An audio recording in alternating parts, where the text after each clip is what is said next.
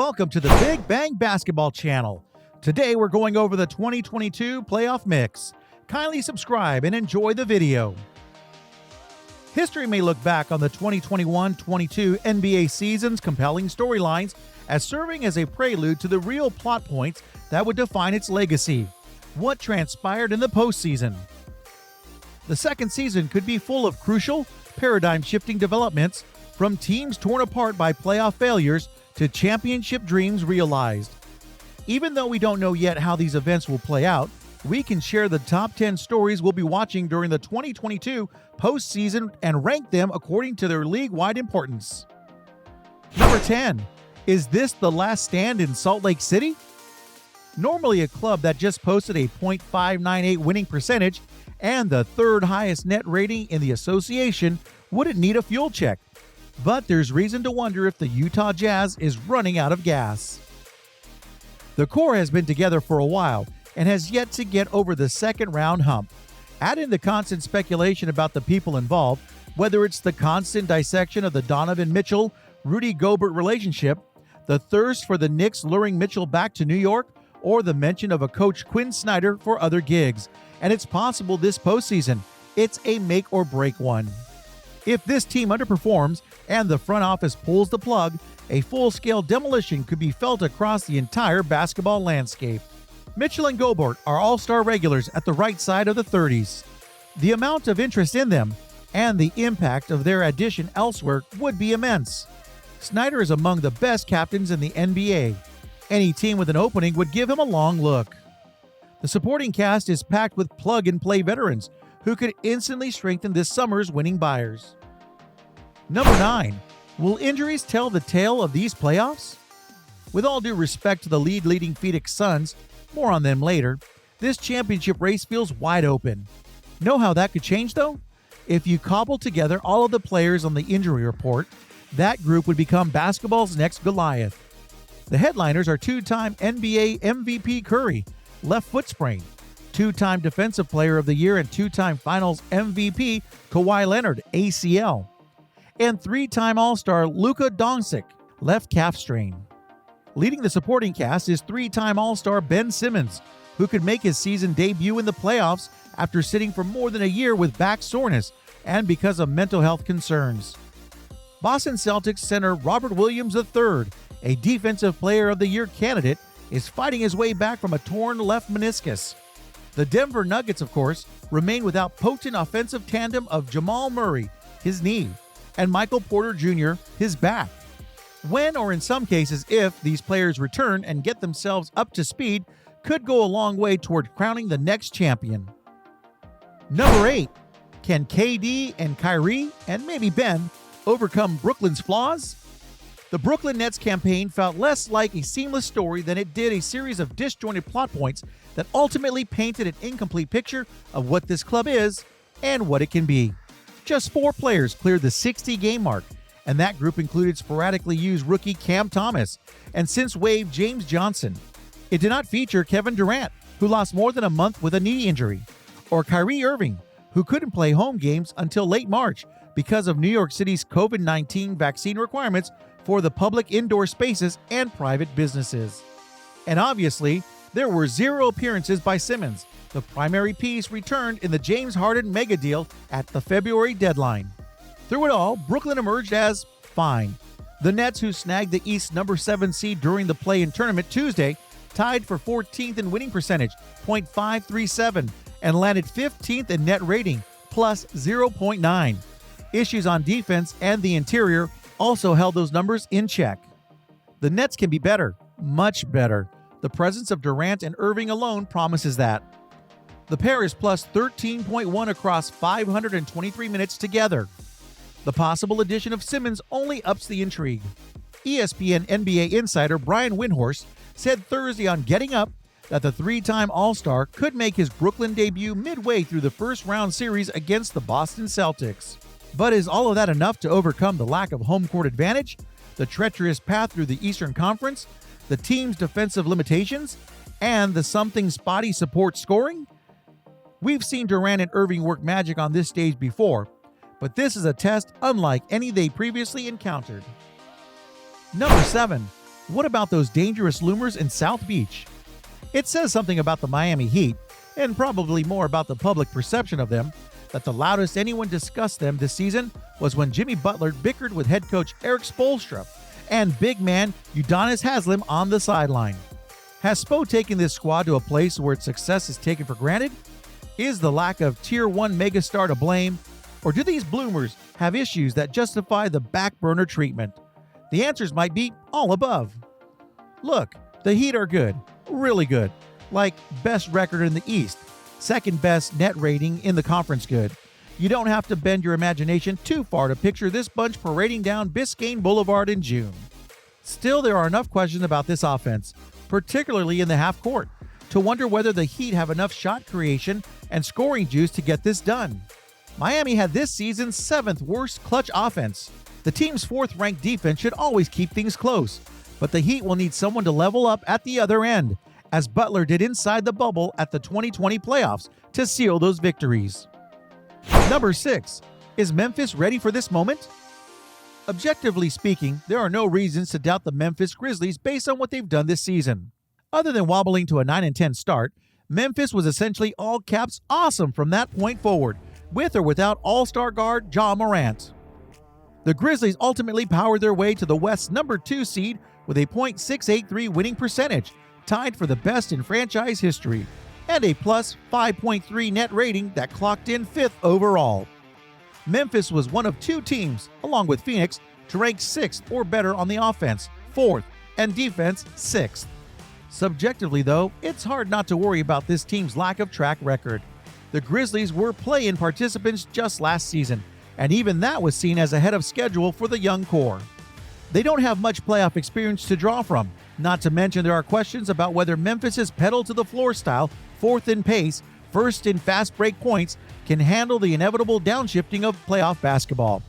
If the Grizzlies have to grind out games in the half court, their lack of shooting could be an issue. Number 5. Are the Celtics the team to beat? No team in the Eastern Conference bettered Boston's plus 7.4 net rating this season. No one played better basketball from February to April when the C's steamrolled to a 24-6 record.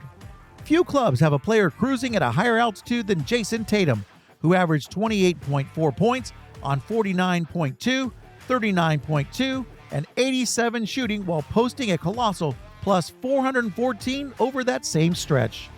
Are we sure Championship Road doesn't run through Beantown? The computers think so. ESPN's BPI gives Boston a mind-numbing 39.6% chance to win the title. 538 Live's the Celtics have a 32% chance of winning it all. Basketball Reference has them at 27.1%. All of those numbers are the best in the league, and only one is even remotely close. Basketball Reference gives Phoenix a 22.9% chance of being crowned, with no one else at even 10%. The injury to Robert Williams III, his knee, is a concern, but ESPN Adrian Wojnarowski reported Wednesday that there's a real possibility he'll be ready to return the first round. With Al Hosford, Daniel Tice, and Grant Williams on the roster, the Celtics could have enough to cover his absence for the time being. If the Celtics are granted a healthy Williams III, is there any good reason to doubt them? If the last few months were any indication, there is not. Number 4. Does the Dubs' Big Three have another title run in it? There was a time in the not-so-distant past when only injuries, and once LeBron James, were capable of dethroning the Golden State Warriors.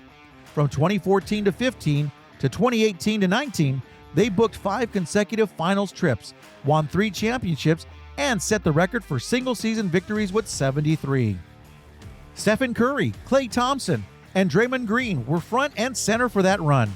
Once Curry returns to action, he's probable for Saturday's Game 1 against the Denver Nuggets.